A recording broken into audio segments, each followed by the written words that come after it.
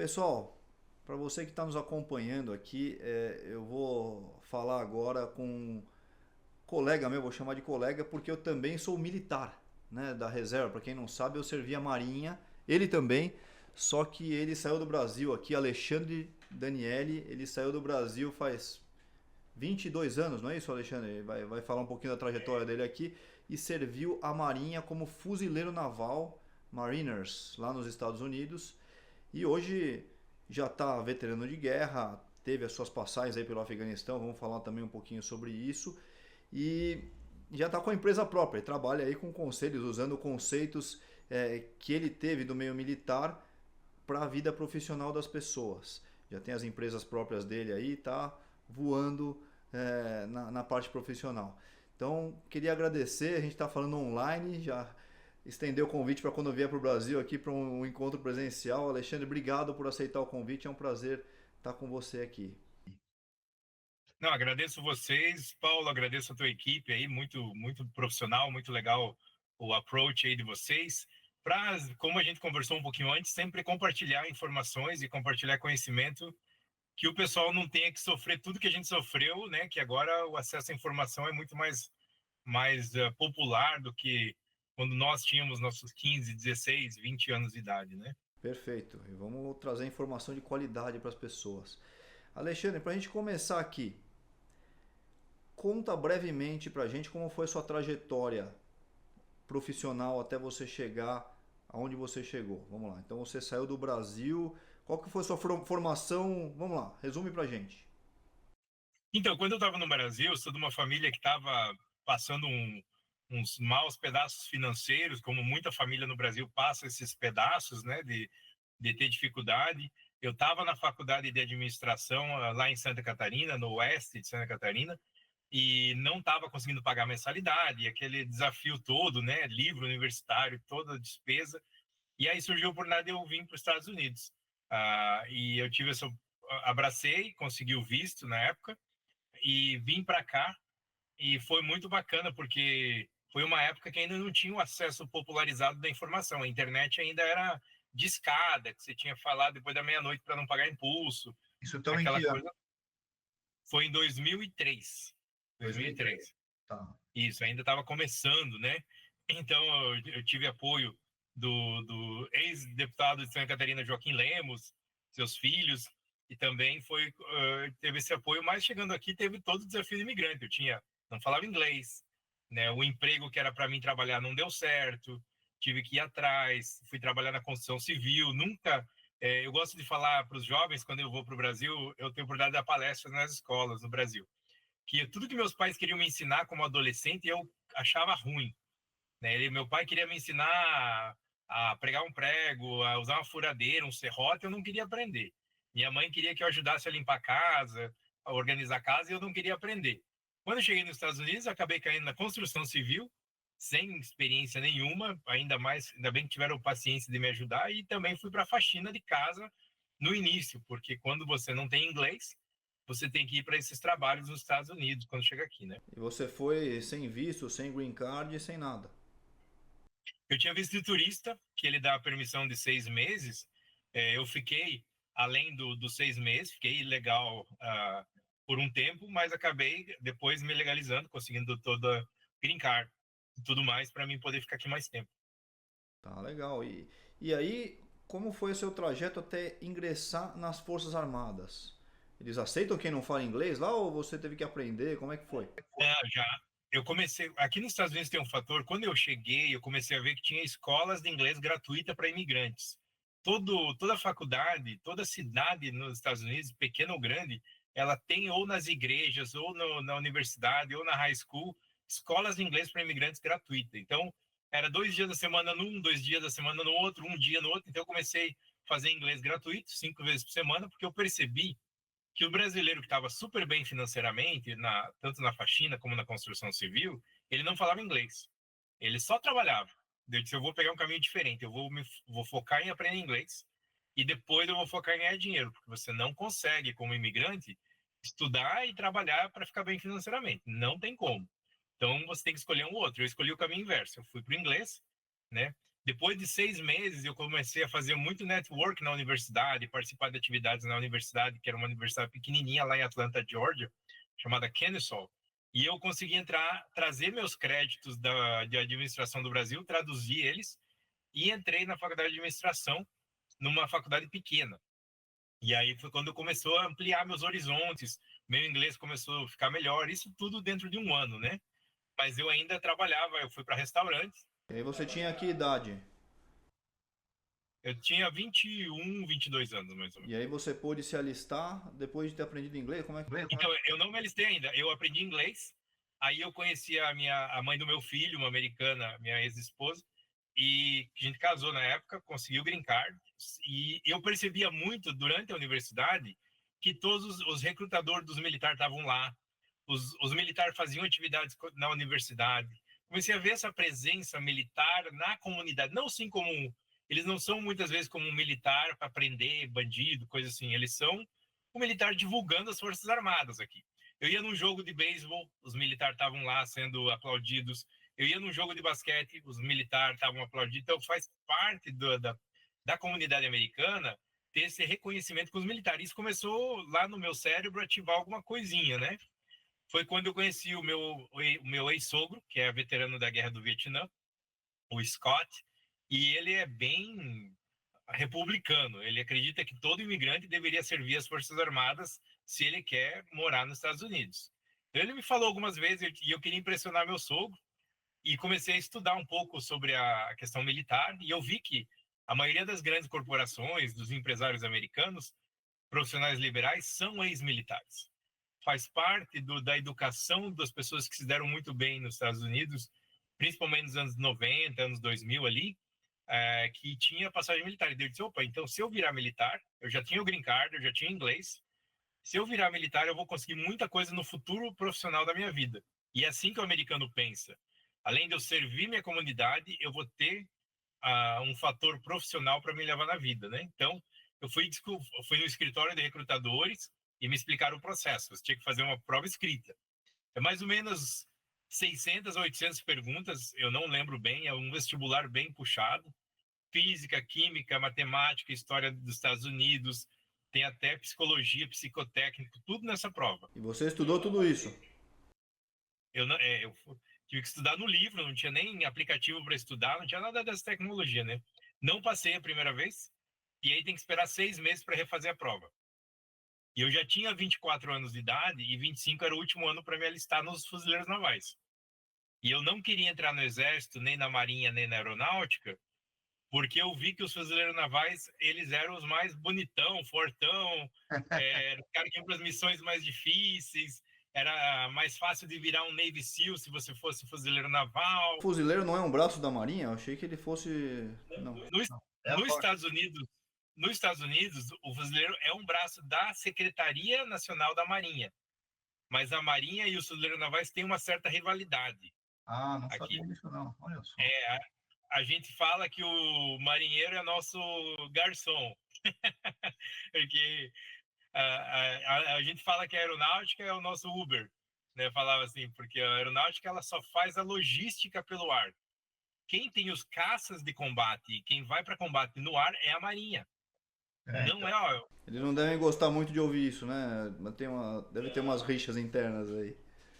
Tem. O exército mesmo, essa prova que a gente faz, se você tirar uma nota bem baixa, ainda você entra no exército. Então a gente zoa muito o exército, que se você não tiver muito cérebro, você consegue entrar. E você passou na segunda vez, estudou que nem um louco esses 6 meses e passou. Passei na prova, daí teve o teste físico, eu treinei muito também fisicamente, corrida, a barra, flexão, né, tudo que tem que fazer na prova. E passou.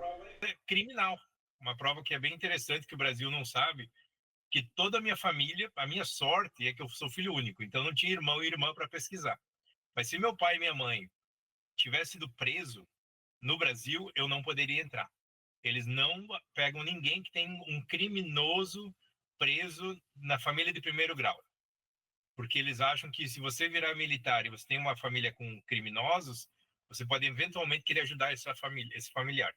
Ah, entendi. Ah, interessante, hein? Tá. Agora, essa foi, você falou, parece que foi super difícil isso daí, né?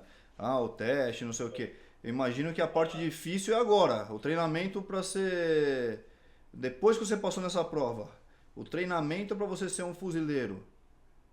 Como é que foi? Aí foi pesado. Então, só teve mais uma prova que para você que é médico vai gostar, foi um dia inteiro no hospital, que eles Opa. fizeram todos os exames possíveis e impossíveis para saber se eu tinha quebrado alguma coisa ou se eu tinha alguma doença. Se você tiver asma, não entra. Se tiver um dedo quebrado, com o osso trincado, você não entra nos militares, porque eles não querem correr chama liability, um risco de trazer alguém para militar que tem algum problema de saúde.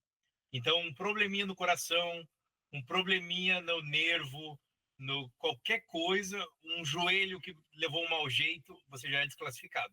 Você tem que ter o corpo perfeito. Isso eu falo porque tem muita gurizada do Brasil que me escreve e eu falo, você já quebrou algum osso? Ah, eu quebrei o braço, mas já tá bom. Não importa. Não, nem tenta. Nem dentro que já está desclassificado. E eles, inclusive, olharam meus arquivos, pediram todo o meu, aonde que eu morei no Brasil, né, as cidades, e aí, nesse formulário, pediram até os hospitais que eu fui internado, que eu fiz algum processo, e eles entraram em contato com esses hospitais para saber o meu arquivo médico, falar com o médico que me atendeu, coisa assim, para saber se eu não estava mentindo ou escondendo algum problema de saúde. Bom, mas aí você vai quebrar depois lá, né? No treinamento eles te quebram inteiro. Tá, perfeito. Para o treino básico, o primeiro treino são 12 semanas, Aí, vamos lá. Começa essa parte aí, vamos lá. Aquilo que a gente vê nos filmes, né? Vamos lá. Como é que aquele foi? filme famoso Nascido para Matar, não sei se tu assistiu, e filme dos anos 80, anos 90. Com quem que é? Ah, eu não lembro o nome do ator, mas ele é bem clássico do treinamento do fuzileiro naval, onde um dos recrutas acaba se matando no banheiro. Ah, eu vi. Tem o Tom Cruise nesse daí ou não? Não, não. Aí tem um fotógrafo de combate que acaba indo para a guerra também. Enfim, é um filme bem bacana e que ele mostra bem o retrato de como é. Eles querem quebrar o teu psicológico, quebrar o teu espírito, quebrar o teu corpo, para ver se você vai aguentar o tirão. Então, eles fazem treinos intensivos físicos, né? Você acorda às 5 da manhã, já começa com exercício. Você dorme das 9 da noite às 5 da manhã, mas nesse período você acorda várias vezes para fazer guarda, que eles querem restringir o teu sono, restringir a tua comida e puxar o limite do teu corpo fisicamente, da tua mente e psicologicamente. 12 semanas. Quantos quilos você perdeu nessas 12 semanas? Então, foi uns 8 quilos, não foi muito, porque eles alimentam bem, né? Você come 3 vezes por dia. Tá até interessante que o primeiro café da manhã que eu cheguei, eu vi assim, tinha bolo, sorvete, tinha carne, tinha tudo. Eu disse, meu Deus, os caras no filme nem mostraram essa parte, né? Só que eles dão 90 segundos para você comer, contado. Então, são 110 recrutas no meu pelotão que era, esses 110 pessoas tinham 90 segundos para pegar comida e comer. Então eu acabei nessa empurra-empurra, acabei pegando um ovo cozido, uma torrada e um cereal sem leite. Então você não, porque eles querem que você comece a aprender que mesmo tendo abundância, você tem que ser organizado. Com o tempo eu aprendi, né, que nesses 90 segundos eu podia pegar um ovo, eu podia pegar um pão, podia pegar um queijo, mas tem que tudo quebrar essa questão. Você tem que dar um tiro certeiro no que vai te ter um valor nutricional lá pra você aguentar o resto, é isso? Até isso você tem que planejar. É interessante. E conta uma experiência vai, que te marcou, ou várias aí se quiser, dessa parte de Esse treinamento. treino básico que me marcou foi entrar no banheiro e ver 2 colegas que se suicidaram, né? Então teve 9 entre tentativas e suicídios nesse pelotão de recruta teve 9. O fuzileiro naval americano, 9 e 2 conseguiram, é isso? isso.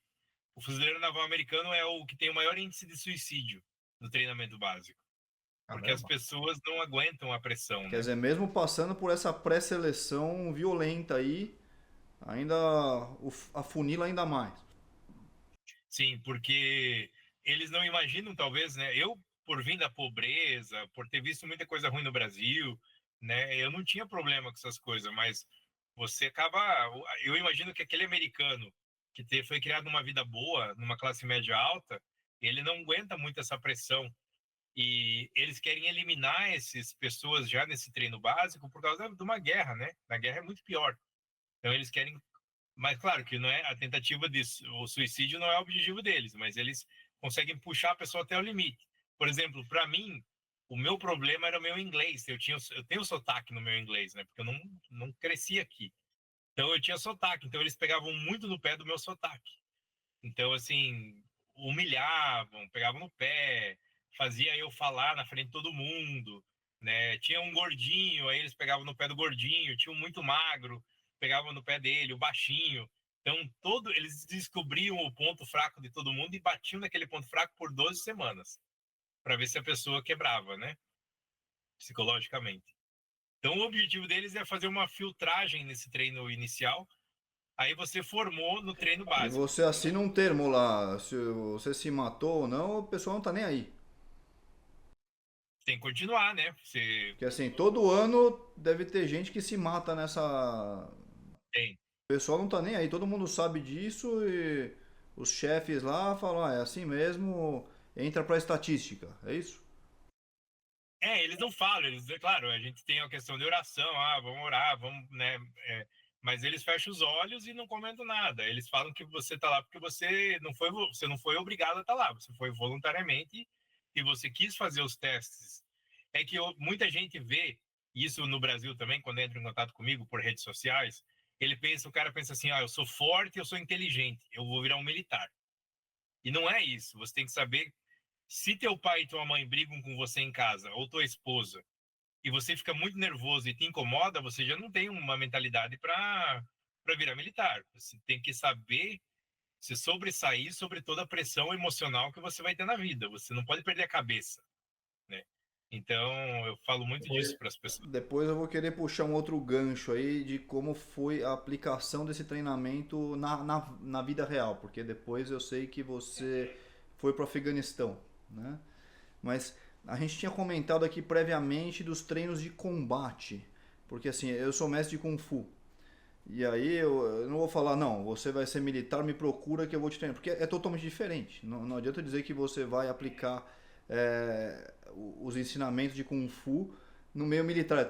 É totalmente diferente, o ambiente é outro, o contexto, o aparato é outro, quer dizer, o seu corpo é totalmente diferente com a farda, com os acessórios. Não é para isso que serve o Kung Fu, por exemplo, né? Mas vocês tiveram um treinamento específico para isso. Nessas 12 semanas ou foi depois? A gente tem um básico nessas 12 semanas, mas aí quando você passou, você virou fuzileiro naval depois de sair de recruta, você vai para a escola de combate, uma escola chamada é de combate mesmo. Aí são 30 dias que você vai para um lugar como fuzileiro naval. Você já tem um pouco mais de respeito, mas o foco Depois dessas 12 semanas, desculpe só para situar aqui. Depois dessas 12 semanas você virou fuzileiro. Sobreviveu, parabéns, você é fuzileiro. Né? Aí você vai tem os para 10 dias de folga, 10 dias de folga.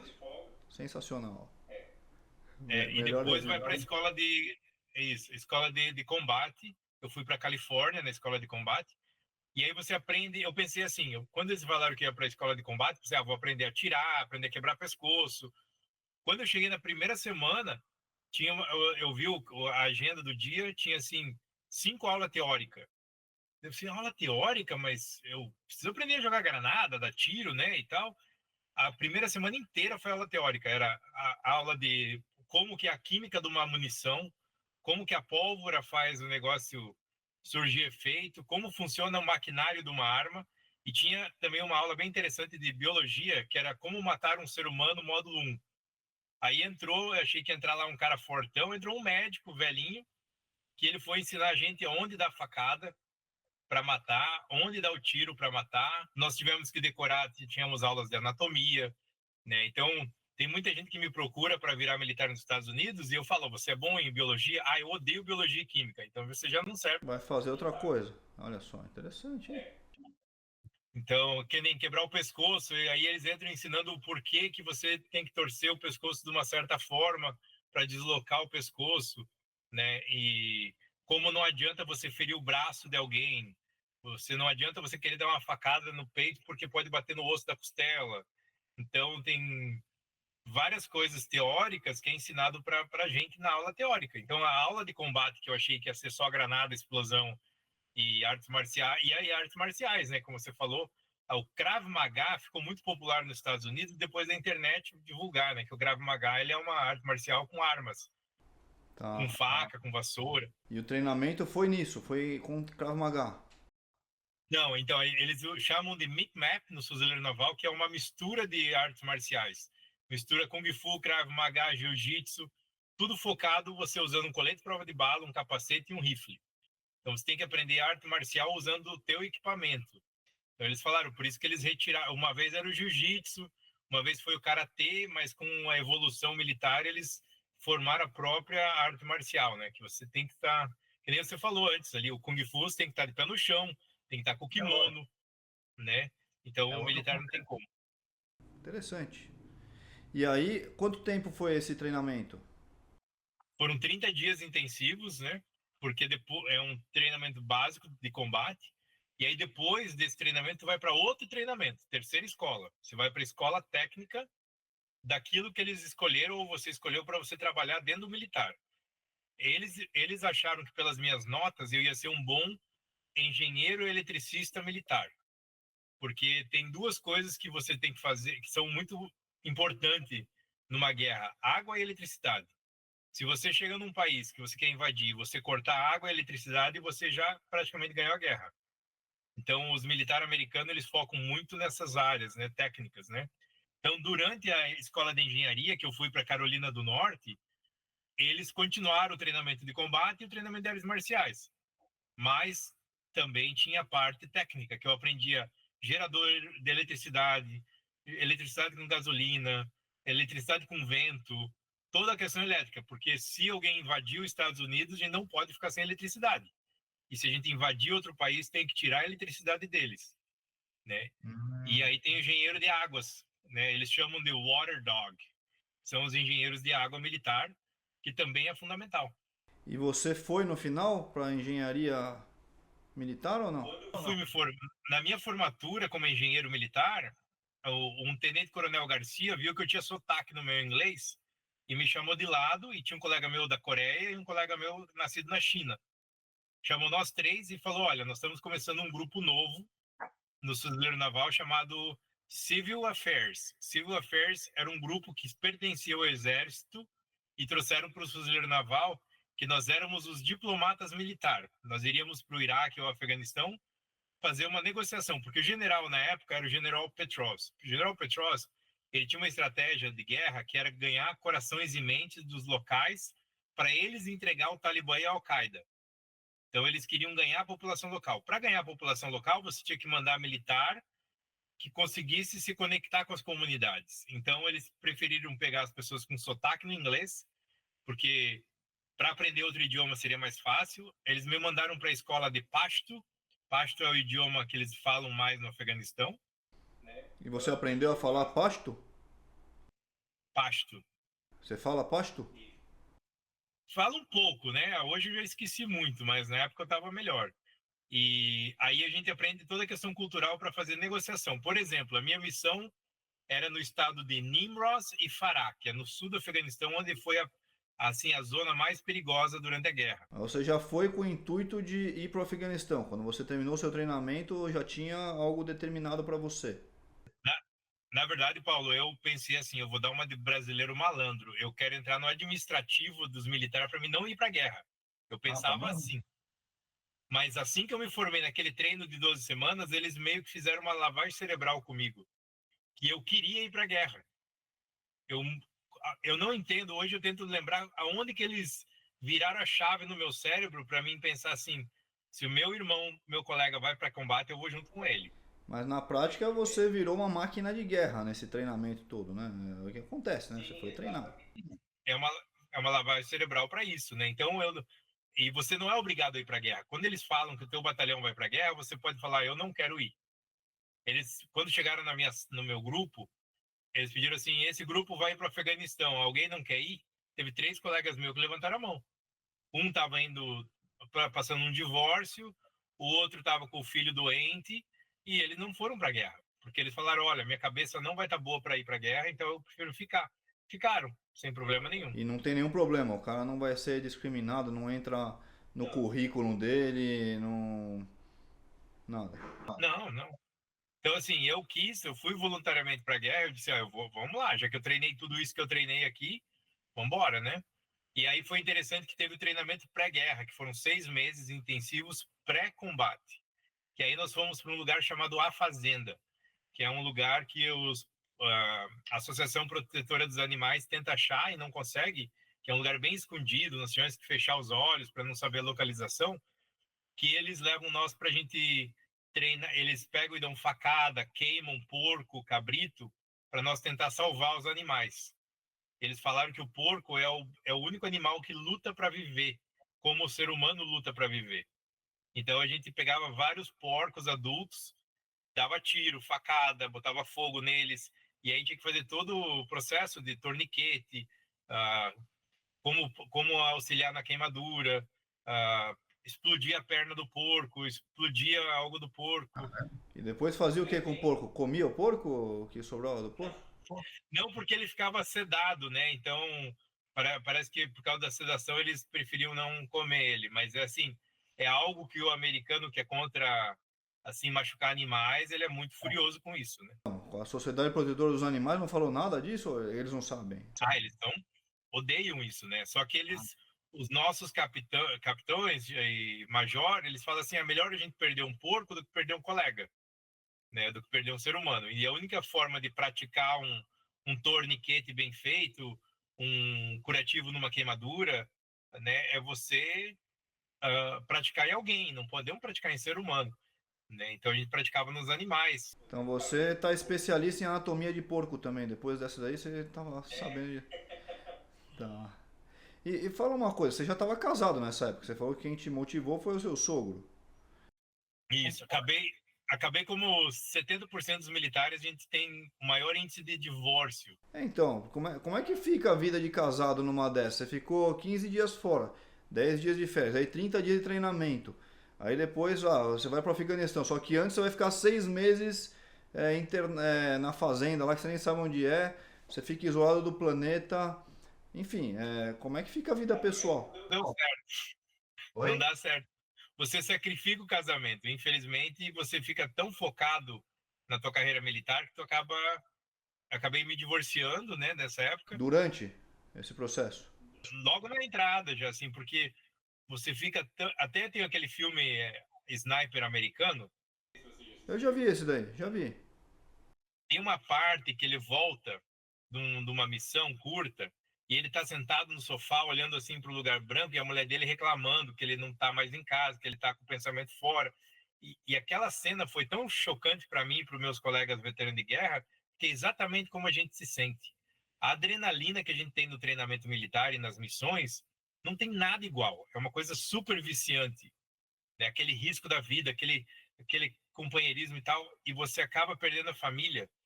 Muitos militares se divorciam, coisa assim, por causa dessa chama de adrenaline rush, né? Que é tipo Como é que fica a vida sexual de vocês? Ficam totalmente isolados lá? essa parte não tem nada a ver com ser casado ou não, né? Às vezes a pessoa sem ser casado. Mas você fica isolado, mas como é que você faz para dar essa espairecida de vez em quando? Tem os bares, né? Tem os bares que a gente sai, tem muita menina que vai para os bares aí querer conhecer um militar. E eu morava em San Diego, né? Eu estava em San Diego, Califórnia, que é uma cidade que tem muita festa. Então é tranquilo essa parte. Então tá bom. Então isso daí não foi um problema. Mas assim, nos períodos de treinamento você fica aquele período em abstinência, digamos assim. Sim, sim. Mas tem a folga, geralmente, que nem durante o treino de combate, nós tínhamos fim de semana de folga, sábado e domingo. Aí tirava o atraso. Em escola de engenharia tinha o fim de semana de folga, né? Coisa assim sempre tem, né? Entendi. Não, eu fui nesses bares lá. Eu tenho família na Califórnia. Até fui num bar que tinha um karaokê cheio de militar lá. Cantei o My Way. Aí foi um militar lá meu. Falou, você foi bem nessa música e tal, que eu gosto de cantar também. Isso aí, mas tava cheio de militar lá, pessoal. Sim. Foi lá que você serviu, né? Fica entre San Diego e Los Angeles ali, tem uma área militarizada ali. Chama Camp Pendleton, que é uma das maiores bases militares nos Estados Unidos, é lá. E tem as montanhas, tudo pra gente treinar, né? É uma área grande mesmo. Tá, conta lá, como é, a gente fica aqui horas falando aqui, eu tô adorando a conversa, Alexandre, mas no Afeganistão, vamos ver na prática, como é que foi a sua... Você ficou quanto tempo no Afeganistão? Foram mais ou menos 8 meses, né? E eu nunca entendi. Eu gosto sempre de explicar para o pessoal que eu pensei, por que não 6 meses? Por que não um ano? Por que 8 meses?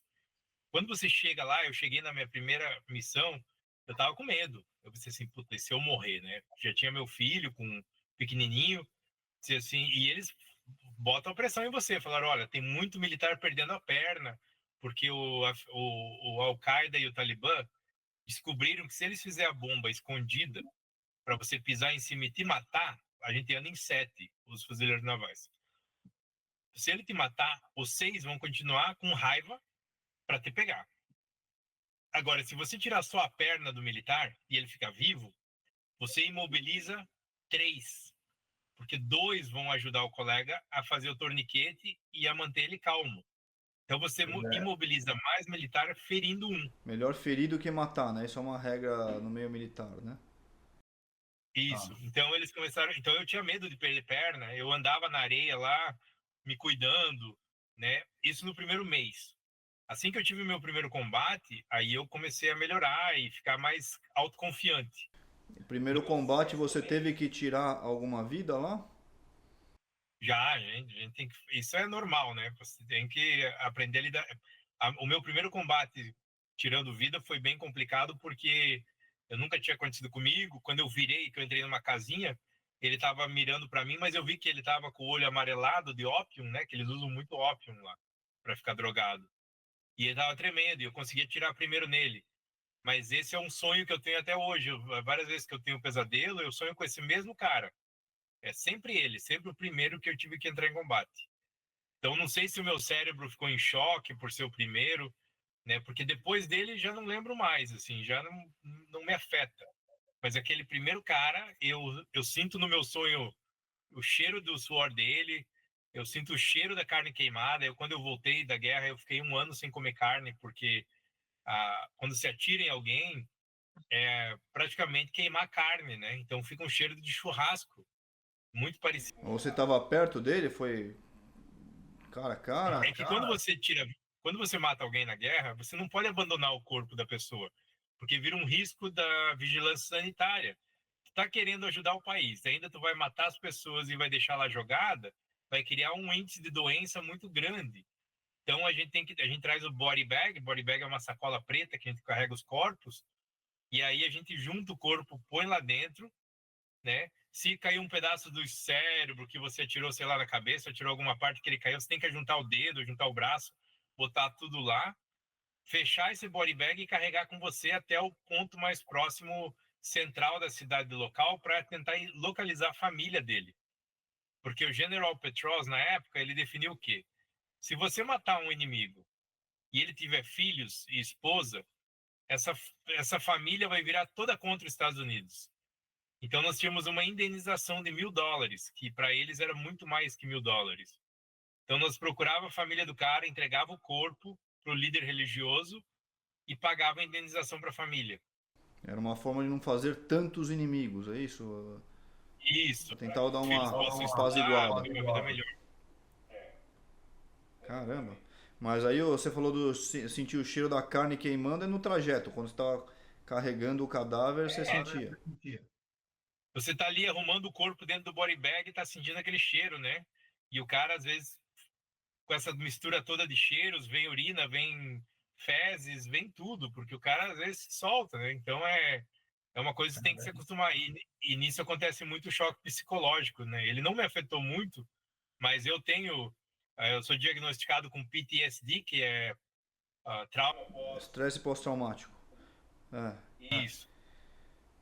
poxa, não é problema. Eu criei vários tiques nervosos, eu pisco forte, eu balanço a perna, eu sou ansioso, mas isso é normal para todo veterano de guerra que entrou em combate, ele geralmente adquire tiques nervosos ou vícios, né? Eu não bebo, mas tem amigo meu que virou alcoólatra. Então, assim, acontece muita coisa, porque o nosso cérebro não está acostumado. E você ficou 8 meses lá, ponto. Depois voltou. Esse é o ciclo. Você não falou o porquê de 6 meses e um ano. Então, porque, então, eu tava terminando isso. No sétimo mês, tu tá muito autoconfiante, mas demasiado. No sexto, sétimo mês, tu pisa na areia querendo acertar a bomba. Eu já perdi colega meu, já tive que matar, já vi gente morrer. Aí você tá com raiva. Aí tu fica muito descuidado. Você começa a ficar perigoso pro grupo. Então, por isso que no oitavo mês eles tiram você de lá. É um tempo mais ou menos que já é estabelecido. Quer dizer, depois de 6, 7 meses, você começa a oferecer até um risco de tão autoconfiante que você está. Aí tu traz um cara novo que vai começar o processo de novo. Então, se esperasse um ano, eu ia ficar muito perigoso pro grupo. E me tirar com 6 meses, eu ia tá no meu, assim, no melhor da minha performance para resolver os problemas lá que eu tinha que resolver, né? Então eles acharam essa fórmula que 7, 8 meses é o ideal para retirar o cara da guerra. O tanto que a gente sai querendo voltar, né? Eu disse, não, mas eu quero voltar. Como é que funciona? Quero, né? E eles falam, não, você tem que ficar 5 meses nos Estados Unidos, depois você tenta voltar de novo. E nunca volta. Eles querem abaixar sua bola mesmo. Depois você quer voltar lá, você está na pilha ainda. Caramba. Isso. E aí, nesse período que você está lá, desculpa insistir nessa questão, mas a vida sexual aí como é? Quem é casado, Não tem. ali não tem. Não, eu fiquei 8 meses sem ver uma mulher, né? Assim, É 8 meses de abstinência. exatamente, não tem escapar. Eu acho que eles devem ter alguma coisa na comida, na água, que ela, né, não sei se cientificamente existe, mas tem um boato que eles têm alguma coisa para dar uma diminuída na testosterona do cara, para dar uma apaziguada, Para né? diminuir a libido, talvez. Isso. Eles devem saber, não deve ser algo aberto, né? Divulgado abertamente. Não, né, tem muita coisa que não é aberta, assim. Tanto que eu comentei algumas vezes, eu fiz uma vez a guarda de um laboratório genético na base lá de San Diego. E eu ouvi barulhos que eu jamais ouvi na minha vida. E eu não conseguia olhar lá dentro, eu só estava fazendo segurança dessa Você área. ficava na porta, eles faziam experimentos científicos, é isso lá? Diz que eles misturam, é onde eles tentam misturar geneticamente um cavalo com uma vaca, um cachorro com um gato, né? Caramba.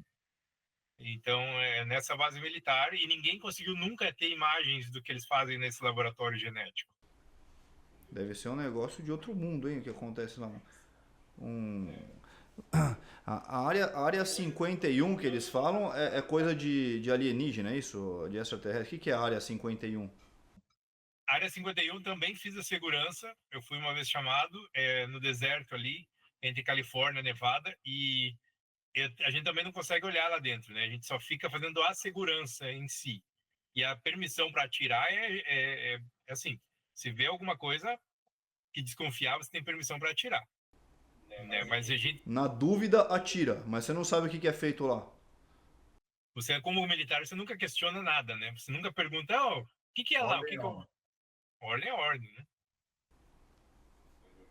Então aquilo é nível para oficial militar general, deve ser para cima, ou não? Isso, é por aí. Por exemplo, um pequeno detalhe que eu vi que era muito forte, o Mark 19 é uma metralhadora americana que vai em cima dos veículos, Mark 19. Quando eu cheguei no Afeganistão, eu sempre era o atirador, eu ia sempre em cima do veículo. E é uma munição que você atira, quando ela bate no corpo do ser humano, ela explode dentro, né? Ela arregaça o ser humano. E ela foi proibida durante 3 meses que eu estava na guerra, proibiram ela, por ela ser muito forte, essa munição. Nunca vi na imprensa, nunca vi nada na mídia. Eu falei, caramba, os caras nem divulgam isso, né? Você nunca viu nada sendo divulgado a respeito dessa munição, nem antes, nem durante, nem depois dela ser proibida. Quem que proibiu? Não, foi a ONU, né? A ONU e a OTAN disseram, não, estamos retirando o Mark 19 da guerra. Aí eles trouxeram outra arma lá, que era mais tranquila, mas o Mark 19 foi proibido. Mas não teve uma divulgação, né?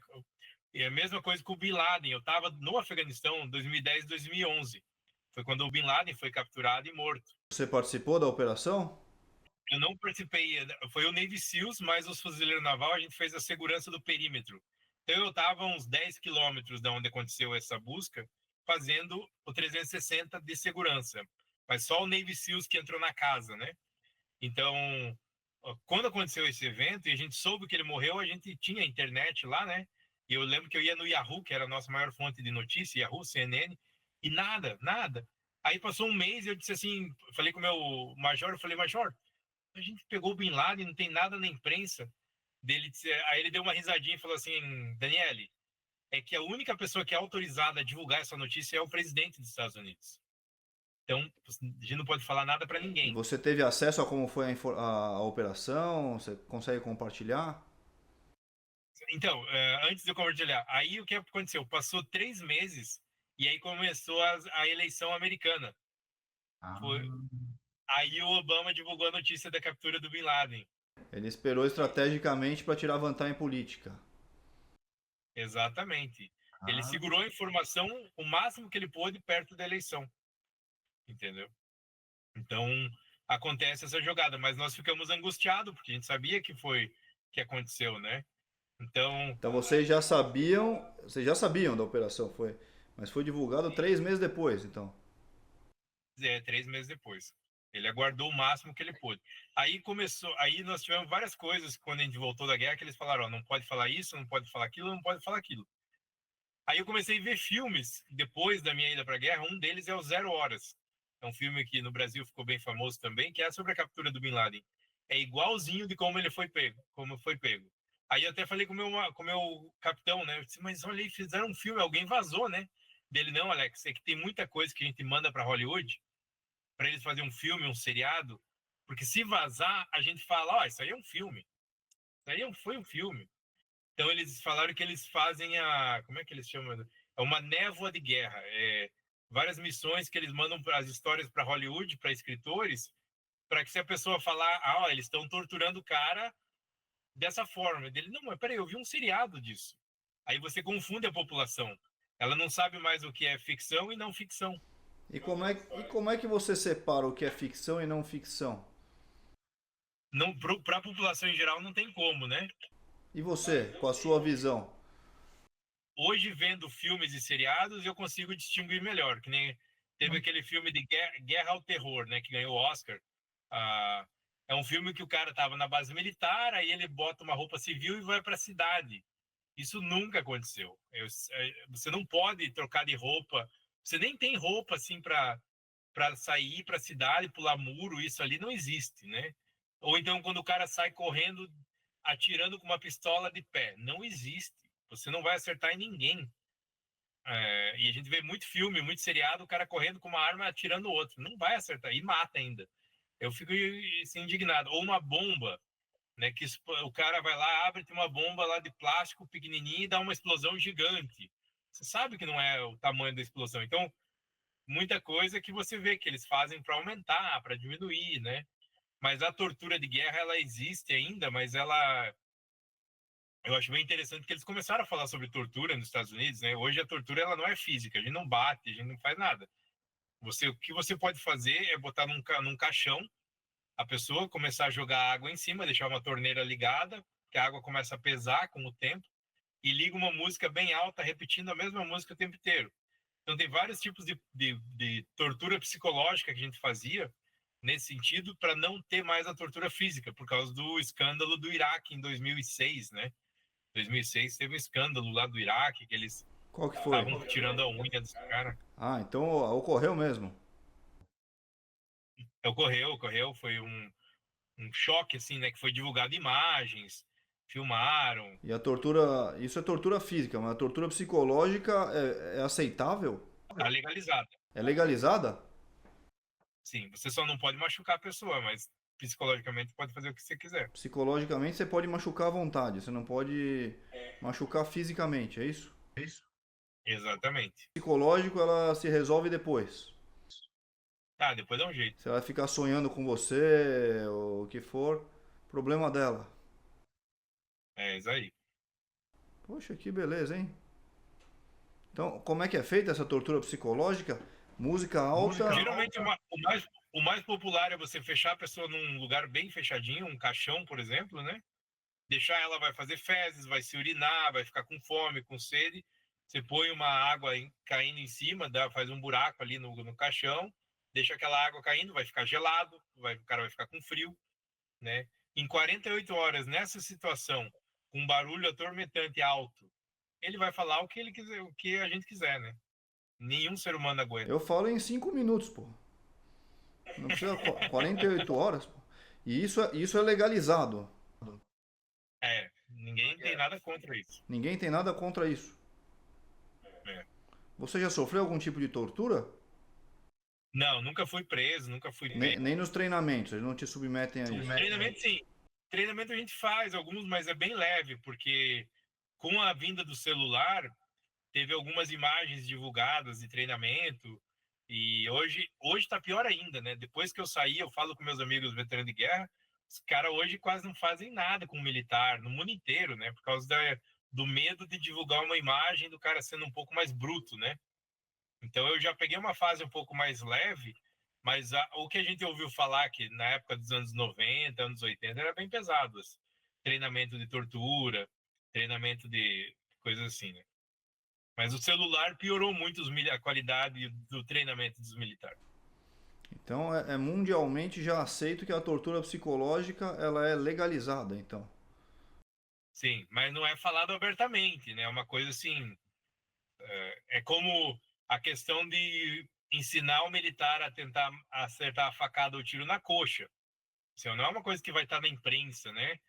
Mas tem algumas coisas que eu acho sacanagem. Ninguém fala na imprensa que a gente não abandona o corpo do inimigo. A gente carrega o corpo do inimigo, entrega para a família e paga indenização. Ninguém na imprensa fala isso. Né? Então, eu acho que é porque até entendo, né, que a imprensa não quer transformar a guerra em uma coisa normal, em uma coisa legal, né? Eles querem deixar meio assustador, né? Você como, digamos assim, você teve acesso talvez a informações no Afeganistão que não é qualquer militar que tem acesso. Certo? Talvez de um grupo mais de maior inteligência, vamos chamar assim, por ter tido um treinamento no idioma, é, enfim, tem algo que só você teve acesso que você poderia compartilhar com a gente, que você foi, acho que foi um aprendizado grande. Você fala, poxa, isso aqui, que bom que eu pude contribuir, que as outras pessoas podem tirar proveito. Eu cometi vários erros, né? Eu já compartilhei e muito militar americano a gente cometeu erro que a nossa intenção com o General Petraeus, ele tinha uma intenção boa, o general da guerra, que era tentar ajudar a população local para que eles ajudassem a gente a acabar com a Al-Qaeda e o Talibã. Só que esse dinheiro foi um dinheiro completamente jogado fora, né? Ah, por exemplo, a gente viu que tinha muito gurizada jogando esportes, futebol. Então a gente começou a construir campos de futebol no Afeganistão. E eu lembro que no quarto ou quinto campo de futebol que a gente foi inaugurar, fomos fazer um jogo lá das crianças do sul contra o norte, um negócio assim. E quando os meninos foram chutar a bola, explodiu. O Talibã foi lá e botou uma bomba no meio do campo e acabou matando 7 crianças, né? Do próprio povo? Porque o Talibã não queria que o povo ficasse de boa com a gente. Eles queriam jogar o povo contra nós, que é a única forma deles recrutar as pessoas, né? Então a gente acabou cometendo um dos erros foi esse de querer ajudar a população e acabou matando pessoas inocentes, né? Ou a gente foi lá e não tinha escola para mulheres, mulheres eram obrigadas a ficar analfabeta no Afeganistão por causa do Talibã. A gente começou a criar escolas de mulheres. Aí o Talibã foi lá e explodiu 2 escolas, matou mais de 30 mulheres. Então assim, eu considero um erro de a gente não tentar entender a cultura deles melhor. A gente tentou, achamos que o nosso estilo de vida, né, do oeste do mundo ia ser mais facilmente implementado. Mas a gente tentando melhorar, a gente acabou matando muita gente inocente, né? Talvez nós não deveríamos ter tentado criar escola de mulheres, talvez não deveríamos ter tentado incentivar o esporte, eu não sei. Eu não tenho as respostas para essas perguntas, mas são questionamentos que eu ainda me faço, né? A gente tentou, investiu, tentou ajudar, mas prejudicou, né? Então, o que é o certo, o que é errado? Você tentar, hoje que nem fala, tem que ajudar a África, mas até que ponto que a gente vai ajudar a África? A gente não sabe a cultura deles, né? Os piratas da Somália que fazem tanta, vamos na Somália ajudar o povo a melhorar para parar de ser pirata, mas O seu aprendizado seria ajudar, mas sem querer impor um estilo de vida, quer dizer, respeitando o estilo de vida local. É isso? Sim. Você acha que você Sim, estaria ajudando mais? ao mesmo tempo eu tive uma situação que eu fui numa reunião com um líder de aldeia, e aí a gente tava lá na casa dele fazendo a reunião e ele tinha 4, 5 esposas e elas ficaram no fundo da casa, que elas não podem ver outros homens, né? De repente ele olhou assim, tinha um barulho lá atrás, ele olhou e era uma mulher espiando. Uma das esposas dele estava espiando quem estava com ele na casa. E aí ele falou um palavrão, levantou da reunião, pediu com licença para nós e foi lá para trás. Quando ele foi para trás da casa dele, a gente ouviu um grito de uma mulher, um grito de dor. Aí Caramba. passou 15 minutos, ele voltou e pediu assim: vocês têm um paramédico, né? Com o grupo de vocês? Sim, temos um paramédico. Pode vir ele comigo. Aí levou o paramédico lá para o fundo da casa dele. O paramédico ficou lá uns 45 minutos, aí voltou branco, ele estava todo pálido. Nossa. Aí, tá, terminamos a reunião. Quando eu estava no caminho de casa, eu falei assim para ele, eu disse: Doc, o que que aconteceu? Ele: não, cara, a esposa dele que foi espiar, ele foi lá atrás e cortou o nariz dela com uma faca. Meu amigo. Arrancou o nariz. E aí ele teve que fazer todo parar, conter o sangue, né, fazer um curativo para ela, Mas fazer ele cortou, tirou o nariz assim ou só deu um talho? ele tirou toda a cartilagem do nariz com uma Meu faca. Deus, tadinha, meu Deus. Então, assim, qual é o certo, né? Nós não podemos. Isso é normal da cultura deles. É permitido na cultura deles. E aí eu pensei, poxa, por que que nós estamos aqui se não é para ajudar uma mulher inocente? Ah, mas é a cultura. Então, a gente fica com muitos questionamentos sobre o que é certo e o que é errado, né? É, a gente vai questionar muita coisa depois de ouvir isso aqui. Eu já estou questionando um monte de coisa. Bom, você teve acesso a esse tipo de coisa por falar o idioma, talvez, né? Outras pessoas não tiveram essa experiência. Que mais que você te marcou muito lá? Falar uma... O que marcou muito foi a religião, né? Nós éramos proibidos de falar de religião. Porque os Estados Unidos não queria que ninguém pensasse que nós estávamos lá para transformar o muçulmano em cristão. Ponto. Se divulga uma coisa dessa, tanto que nunca caiu na imprensa, a gente nunca teve essa intenção de transformar o muçulmano em cristão. Então a gente era proibido. E muitos muçulmanos queriam perguntar coisas do cristianismo, que eles não tinham contato com o cristianismo. Então eu lembro que uma vez eu estava num tiroteio e eu estava com um colega afegão, que a gente sempre saía um militar americano com um militar afegão para ele aprender com a gente como ser militar. E esse cara estava comigo e a gente estava protegendo lá de tiro e ele falou assim: ah, Daniele, acho que nós vamos morrer, nós não vamos sair dessa. Eu falei: ó, tá difícil sair dessa. Ele: eu preciso te fazer uma pergunta, você é cristão, né? Eu falei: sou cristão, mas eu não sou doutor, não sou pastor, nada, eu sou cristão. Ele disse assim: eu preciso te perguntar. Ele disse: olha, cara, a gente não pode falar de religião, a gente é proibido. Ele: não, mas e se a gente morrer, eu preciso fazer essa pergunta. Ele disse: tá bom, então faça. O que você quer saber? Ele falou: é verdade que vocês se consideram filhos de Deus? Eu falei: é, ser cristão, a gente é filho de Deus. Mas Jesus é filho de Deus, ele me falou, né? Eu disse: Jesus é filho de Deus. Ele assim: então vocês, lá das Américas, da Europa, se consideram filho de Deus igual Jesus Cristo? Eu falei: não, peraí. Para ele: é filho e filho. Eu disse: eu não sei explicar exatamente o nível de filho, mas não é o mesmo nível de Jesus. Eu falei para ele: mas você acredita em Jesus? Ele: não, Jesus é o profeta, ele falou, né? Sim. É o filho de Deus. Mas e vocês são o quê dele? Não, nós somos servos de Deus, escravos de Deus. Nós, muçulmanos, estamos aqui para servir a Deus como escravo. Aí ele me explicou a posição que eles ficam lá para orar, é tudo uma posição de inferioridade a Deus. Mas ele diz que eles jamais se consideraram o mesmo nível de Jesus como filho de Deus. Aí ele ficou muito bravo, ele ficou assim, ficou indignado que nós pensamos que nós nos colocamos na mesma posição de Jesus Cristo, né? Então eu disse: poxa, isso aqui nunca vai ter jeito, não tem jeito, como é que nós vamos entrar numa discussão dessa? Como é que eles vão gostar do cristão? Nunca vão gostar da gente. E conta como foi o seu retorno, Alexandre? Senão a gente fica ouvindo histórias aqui, a gente pode até depois, vamos ver o que as pessoas perguntam nas interações aqui, a gente pode até fazer uma outra conversa se você tiver disponibilidade, é claro, né? Mas como foi seu retorno? Vamos lá. Aí você virou um veterano de guerra. Você voltou você continuou ligado às Forças Armadas? Você falou, não, vou voltar para a vida civil. Como são seus traumas? Como é que foi? Vamos lá. Então, eu tinha 5 meses no meu contrato, que quando você vira militar, você faz contrato de 4 ou 5 anos, e aí tem que renovar o contrato. Só que como eles já estavam retirando as tropas devagarzinho do Afeganistão e do Iraque, eu acabei... E eu tinha me machucado em treino, combate, né, eu fiquei com esse problema de sono, eu tive ferimento em combate, meu joelho quebrou, quebrei calcanhar. Eu estava nos últimos 3 meses da guerra, eu estava levando shots, injeção de cortisona no meu calcanhar, né? Eu fiquei um pouco viciado, digamos assim, porque toda vez que eu estava com dor no meu calcanhar, que ele foi quebrado, eu ia lá e o doc me dava uma injeção. É cortisona que fala em Isso, português, né? isso. Passava, eu não ficava sem dor nenhuma. Delícia. Parecia que o cara me deu um.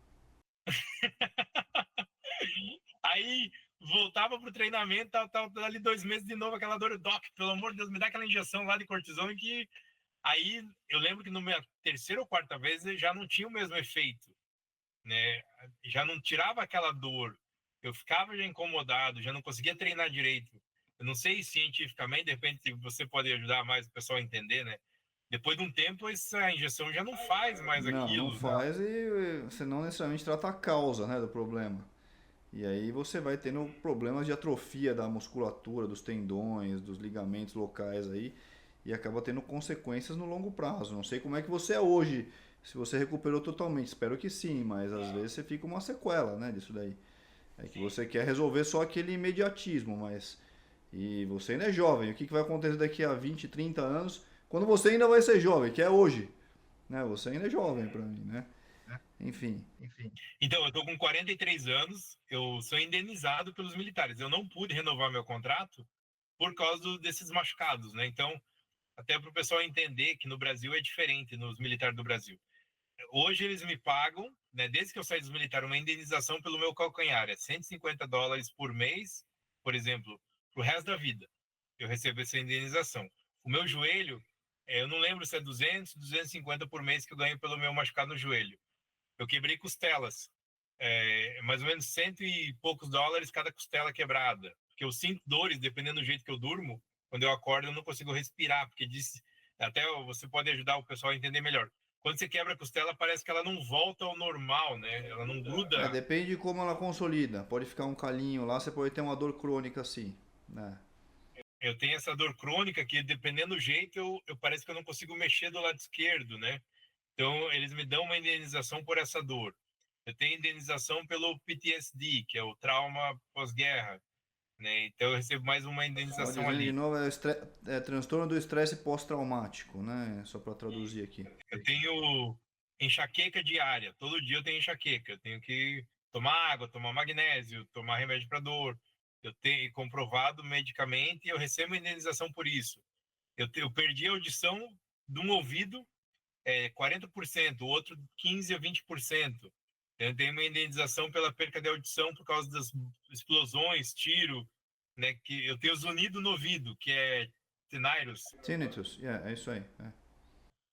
Eu tenho esse zunido o tempo todo, que eu tive que aprender a me distrair.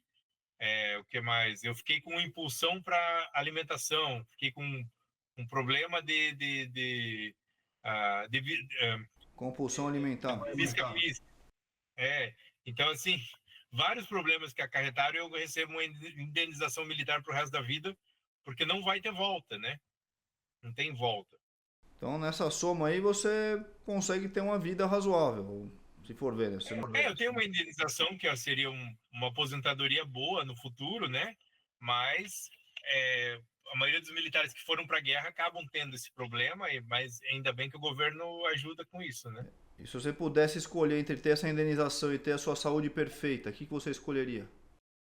Saúde perfeita, eu abria mão de qualquer dinheiro, né? O dinheiro não compra. Esses $150 do meu calcanhar jamais paga essa dor que eu sinto diariamente, todo dia, né?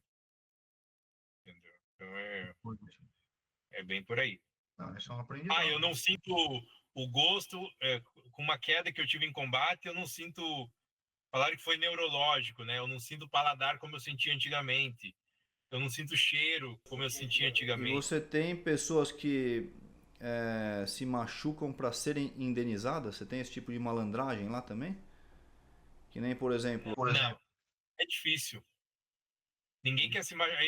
Eles falam que o ser humano é um dos únicos animais que luta para viver e não se machucar, né? A gente tenta evitar. mas no Brasil tem, né? Na época que, por exemplo, você tinha aposentadoria compulsória para perder, por exemplo, o mindinho da mão esquerda, teve gente que perdeu o próprio dedinho para ter aposentadoria e não trabalhar, né? Aposentadoria integral. Né? Aí você não percebe esse tipo de malandragem. Ah, não, deixa eu quebrar uma costela aqui para. Eu queria continuar militar, né? Eu falei para eles, não, é uma dorzinha que logo passa, né? Me dá uns cortisona aí, umas injeção que dá para continuar mais 4 anos. E aí me negaram de eu renovar contrato, né? E aí, como foi a sua readaptação à vida civil? A gente está o quê? Uns 15 anos atrás, é isso? Quando você voltou? Eu saí em 2013, então 2013, 12 anos. 12 anos. 12 anos. Eu queria, como eu fiquei bem mal, para falar bem a verdade, eu queria muito ter continuado a carreira militar, foi negado pelos esses problemas que eu citei, e aí eu tive que voltar a me adaptar. Eu fui morar no Brasil, porque eu estava psicologicamente bem abalado por não ter continuado. Eu queria ter voltado para a guerra, não consegui voltar para a guerra. E aí eu fui morar no Brasil, fiquei um tempo lá com a minha família, né? Aí no Brasil estava bem difícil. No Brasil é difícil, não sei como é que o pessoal faz. Você receber só em 30 dias um salário, né? Toda aquela questão. E aí acabei voltando para os Estados Unidos e usando essa questão de que você ser ex-militar veterano de guerra, as empresas gostam muito de contratar você, né? Então, acabei voltando, fiz mais uma faculdade, que você tem direito à faculdade gratuita quando você serviu os militares, chama GI Bill, eles cobrem toda a faculdade. Então, eu fiz a criminologia, eu queria entrar na força policial, mas eu me apaixonei pela questão de cena do crime, que chama CSI, é um departamento dentro, né, dos policiais. Eu trabalhei no laboratório de crimes em Cheney, Washington, que eu tinha 17 especialidades, crime, tinha laboratório balístico, DNA, fingerprints, que é a impressão digital, como nos seriados. Até eu Sim, achei sim. que ia ser como o seriado, mas não era tão empolgante, né? Você ia, às vezes, tinha um roubo, tu ia lá coletar a digital do cara, cenas de crimes, né? Mas o salário é muito baixo, o salário era baixíssimo. Então eu não fiquei nessa carreira, fiquei pouco tempo no laboratório de crimes, e aí acabei entrando na questão empresarial. Entrei numa corporação americana, fiquei 7 anos na gestão, numa empresa norte-americana. E aí, há uns 8 meses atrás, eu juntei muito conhecimento de ser gestor em outras empresas de outras pessoas e abri a minha própria empresa. Hoje eu tenho duas empresas no ramo de home improvement, que você ganha contratos de tanto arrumar casa, jardinagem, limpeza, várias coisas de construções novas, né, de casas e manter casas. E também estamos começando com um software de telemedicina, que a gente é um software que a gente lançou aqui nos Estados Unidos, que é um Uber dos médicos. O médico ele tem quer trabalhar de casa, atendendo pacientes, mas ele não tem esse conhecimento tecnológico para ter um software. Então a gente tem todo triagem online, a gente tem o software para ele fazer todo esse contato com o paciente e a gente faz a parte de marketing também para o médico atender. Então a gente faz o Uber dos médicos aqui, essa interação, que a telemedicina cresceu muito depois do Covid aqui. Eu uso bastante telemedicina. E o que, que você tira hoje na sua vida profissional do aprendizado que você teve no período militar?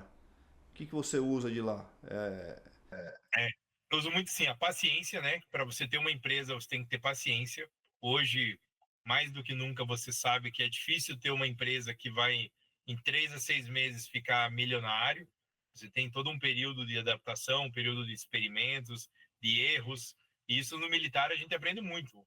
No treino militar você vai se machucar, você vai errar, você vai fazer a coisa errada, mas você tem que sempre aprender com o erro e continuar e não desistir, né? Eu nunca me esqueço, a gente subiu uma montanha no frio, 5 da manhã, né? Poxa, você vai cair, você vai torcer o tornozelo, você vai cair, mas você não pode desistir, você tem que subir a montanha. E eu uso essa mesma coisa para gestão de empresas, que é um grande problema que as pessoas não chegam onde elas querem chegar, é que nos primeiros 3, 5, 10 vezes que ela torcer o tornozelo ali, digamos, figurativamente, ou perder o dinheiro, ou errar, ou contratar a pessoa errada, ela já desiste.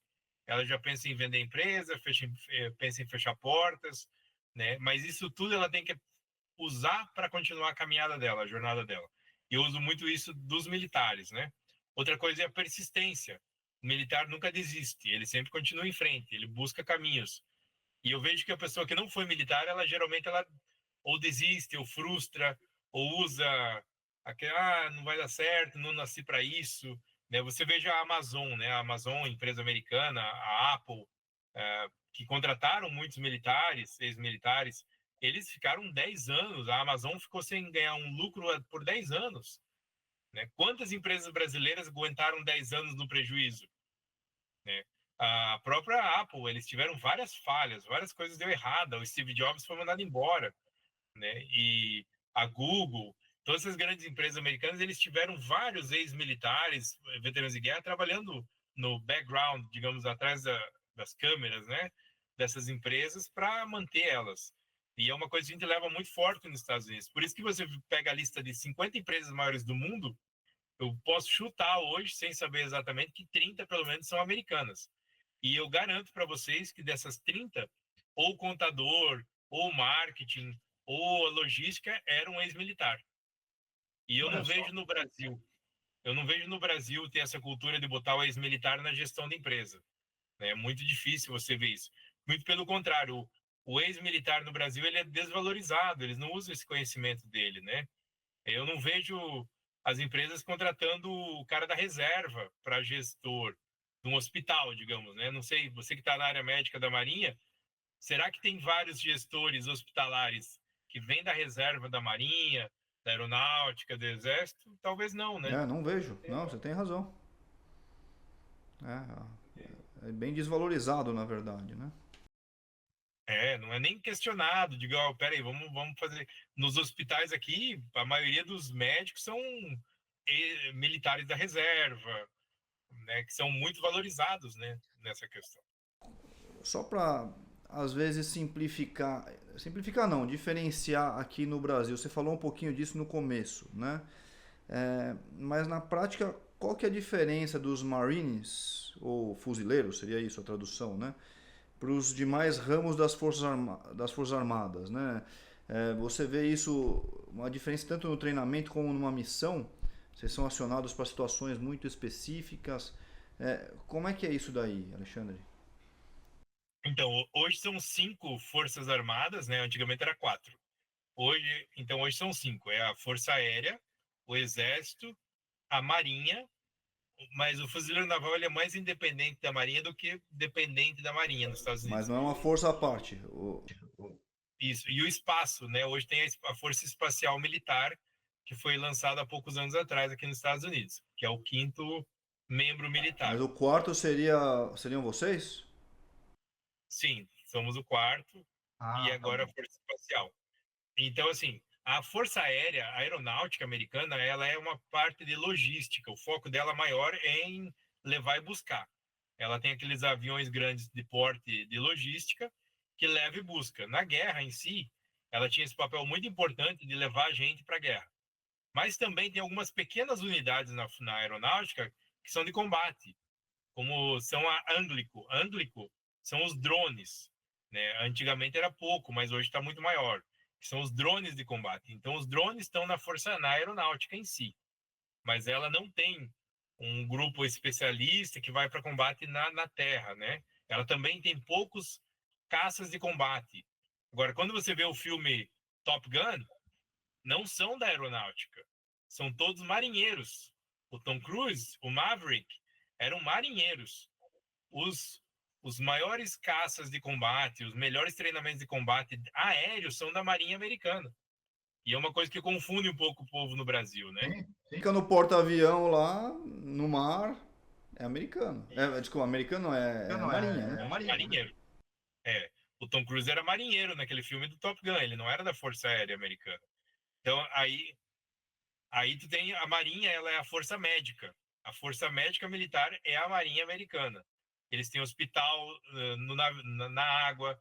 Todos os hospitais militares do mundo americano são coordenados pelos marinheiros. Então, a força mais forte médica é a Marinha. Mas também tem braços da construção, que é a Marinha mais forte. Quando nós invadimos o Afeganistão, primeiro foi o Navy SEALs, que é uma força de 1.000 pessoas, lá bem pequenininha, que é o primeiro combate, né? Vai o Navy SEALs, vai o Rangers, que é do Exército, limpou lá a área, agora vamos fazer uma base militar. Aí vem a aeronáutica trazer com os navios grandes as coisas de construção para ser construídas. Quem vai construir? É uma base, um grupo da Marinha e do Exército. Então, o Exército e a Marinha vão lá construir essa base militar. Aí, os fuzileiros naval chegam para fazer a segurança da base militar. Para, digamos assim, precisamos empurrar mais a segurança. Então, traz os fuzileiros naval. O fuzileiro naval vai para combate, é o cara com arma para dar tiro. Mas ele não faz a construção e nada. Entendeu? Só para o pessoal entender. Mas as operações anfíbias são dos fuzileiros navais. Isso. Mas como no Afeganistão não tinha mar, né, não foi necessário usar. Aí quando montou a base militar, agora vamos começar a pegar o inimigo. Quem pega o inimigo é o fuzileiro naval. O fuzileiro naval que vai para cidades, vai para combate, anda em grupos, faz patrulha. O exército fica lá na base fazendo a segurança da base. A Marinha começa a fazer a parte de saúde, né? E aí tem a parte de satélite, que é a Força Aérea, que o pessoal vai lá fazer a questão de satélite, inteligência. E o Exército vem para fazer o patrulhamento depois que o fuzileiro naval disse assim, ó, lá nesse lugar tá tudo tranquilo, vamos manter o lugar tranquilo. Aí o Exército vai. Mas para o primeiro choque de impacto é o fuzileiro naval. Aí quando tem missões bem específicas, como o Bin Laden, líderes perigosos, aí é o SEALs e o Rangers. Entendeu? Então, a logística militar é bem mais complicada do que dizer que a Aeronáutica só faz avião, Marinha só faz o mar. Não é só isso, é muito mais detalhado, né? Perfeito. E você gostaria de deixar uma mensagem para as pessoas, para o mundo, vai? Digamos assim, para o pessoal sempre valorizar muito o militar no Brasil. Eu vejo essa desvalorização, né? Onde eu chego, que eu tenho a minha carteirinha de ex-militar, eu ganho desconto de 20%, 10%. Eu ganho desconto em várias coisas, não porque eles querem nada, mas é por uma apreciação da gente arriscar a vida pelo país. E eu vejo que no Brasil a polícia, o próprio militar não tem essa apreciação de proteção da comunidade, né? Então, eu gostaria muito de ver isso um dia no Brasil, o ex-militar, o cara da reserva, a Marinha Aeronáutica no Brasil tendo um pouco mais de valorização das comunidades, não ser chamado de que nem pé de porco, que o pessoal chama aí no Brasil, né? Ter sim essa consciência que o militar, a polícia está aí para ajudar, para servir. Então é isso que eu gostaria de ver muito mais, que eu gosto de passar essa mensagem, e que os jovens queiram muito mais ser militar, né? Hoje eu vejo muito mais jovem no Brasil falando que ele quer escapar do serviço militar do que entrar nele, né? Então é isso que seria muito bacana, essa mudança de conscientização. Alexandre, poxa, eu só tenho que te agradecer aqui pelo seu tempo, meu amigo. Eu gostaria de agradecer a todo mundo também que está nos assistindo aqui. Se puder deixar seu comentário, curtir, compartilhar, seguir o canal. E a depender do que surgir nos comentários, a gente marca uma nova conversa aqui com o Alexandre se ele tiver disponibilidade. Muitíssimo obrigado, Alexandre. Estando no Brasil. Obrigado. Estando no Brasil, não deixe de me contactar. Vai ser um prazer estar com você aqui. Tá bom? Vamos conversar sim. Obrigado. Um abraço, meu amigo. Valeu.